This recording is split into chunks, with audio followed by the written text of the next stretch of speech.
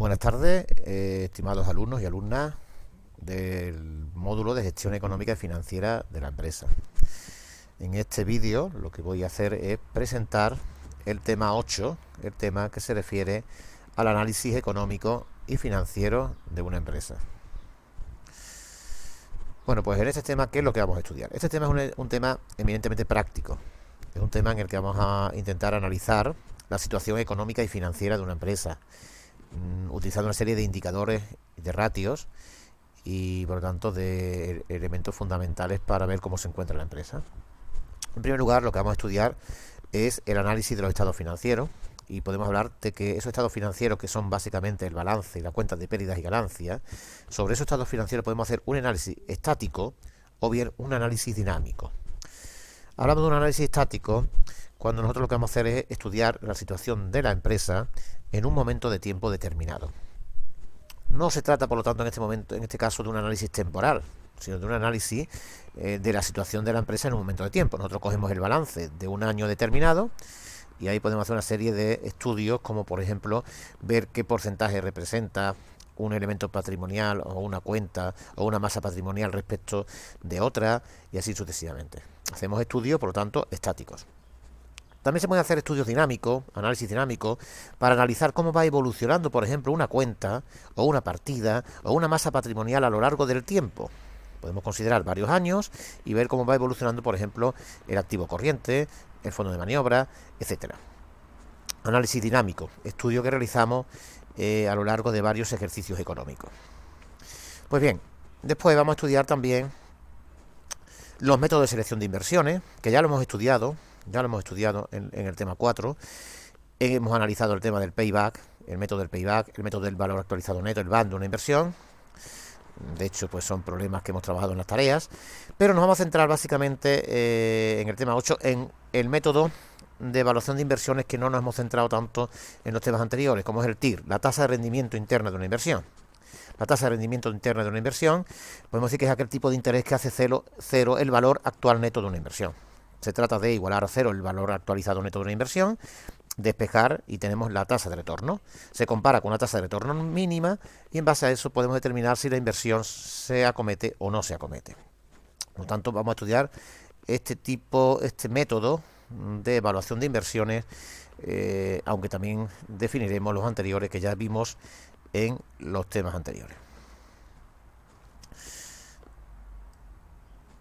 Después vamos a analizar también otros conceptos, que algunos de ellos los vais a ver también en otros temas, en otros módulos, como es el periodo medio de maduración, que ya sabemos que es el tiempo medio que transcurre entre el pago a los proveedores por la compra de las materias primas y el cobro a los clientes por la venta de los productos terminados. Vamos a analizar que se compone una serie de subperiodos. Si se suman esos subperiodos, tenemos el periodo medio de maduración. El punto muerto o umbral de rentabilidad. Ya sabemos que es el valor de la producción, el nivel de producción y de ventas a partir del cual la empresa obtiene beneficio. Pues bien, pues podemos obtenerlo sobre todo igualando a cero el beneficio. Si el beneficio es cero, vemos que el nivel de producción y de ventas permite obtener un beneficio cero, y a partir de ahí obtenemos beneficio. El flujo de caja como otro elemento importante entre la diferencia entre los ingresos y los gastos. Ve cómo se evolucionan los ingresos y los gastos. Y después, sobre todo, vamos a analizar el tema de los ratios, ¿no? Ratios y conceptos básicos como el de fondo de maniobra. Fondo de maniobra también lo hemos visto ya. El fondo de maniobra es la diferencia entre el activo corriente y el pasivo corriente. Se trata de ver si la empresa tiene un sobrante, un margen de dinero después de hacer frente a las deudas a corto plazo. El fondo de maniobra es muy importante para que haya equilibrio financiero, que el fondo de maniobra sea positivo. Después vamos a analizar una serie de ratios, de cocientes, de indicadores, que nos van a permitir realizar ese análisis económico-financiero. Básicamente van a ser una serie de ratios económicos y financieros. Algunos son ratios económicos, otros son ratios financieros. Por ejemplo, el ratio de solvencia es un ratio financiero. Los ratios de rentabilidades son ratios económicos. El ratio de autonomía financiera y de endeudamiento son ratios financieros, y así sucesivamente.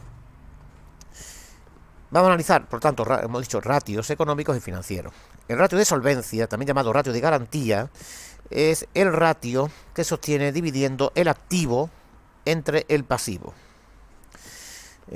Este ratio nos va a medir la distancia que tenemos a la quiebra. De tal manera que si el valor está en torno a 1, podemos decir que estamos llegando ya a una situación de quiebra.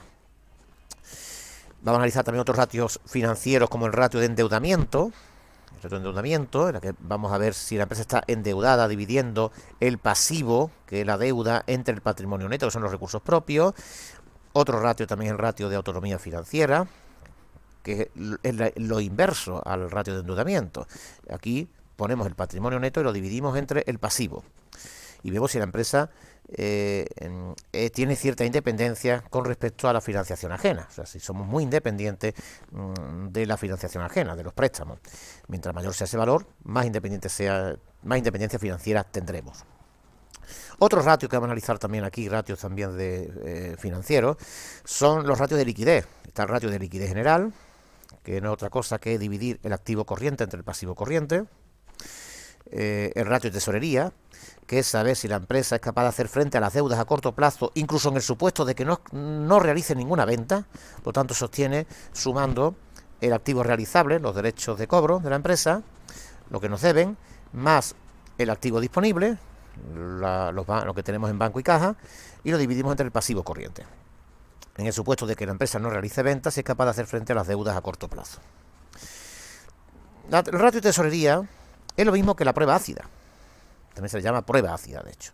Y la prueba superácida, o el test superácido, es determinar o saber si la empresa es capaz de hacer frente a las deudas a corto plazo, que es el pasivo corriente, simplemente con los activos más líquidos, que es el dinero que tiene la empresa, el efectivo que tiene la empresa en el banco y en la caja.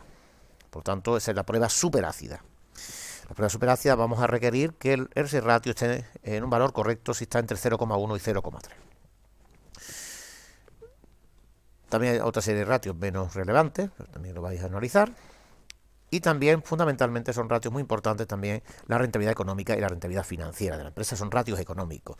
Los ratios de la rentabilidad económica y la rentabilidad financiera, además de analizar el balance, tenemos también que analizar la cuenta de pérdidas y ganancias, porque vamos a considerar el beneficio.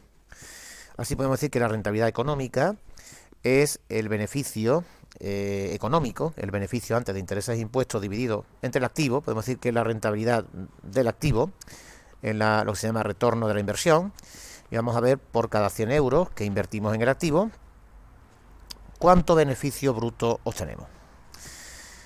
Y por último, la rentabilidad financiera es también un ratio económico que tiene que tener en cuenta no solamente el balance, sino también tenemos que tener en cuenta la cuenta de pérdidas y ganancias, y dividimos el beneficio, en este caso neto, después de haber pagado impuestos y gastos financieros, lo dividimos entre el patrimonio neto, los recursos propios. Por lo tanto, lo que vamos a ver aquí es la rentabilidad de los accionistas, es la rentabilidad que obtiene el accionista de la empresa, porque por cada 100 euros que el accionista invierte en la empresa, ¿cuántos euros de beneficio obtiene? Un accionista va a querer que esa rentabilidad financiera sea alta, porque verá que está remunerado correctamente en base a los dividendos que se reparten cada año, ¿no? Bueno, pues son ratios que lo vamos a analizar. Habrá una tarea en la que se habrá que calcular bastante de estos ratios, etcétera, etcétera. Un saludo, buenas tardes y espero que sea un tema de vuestro interés.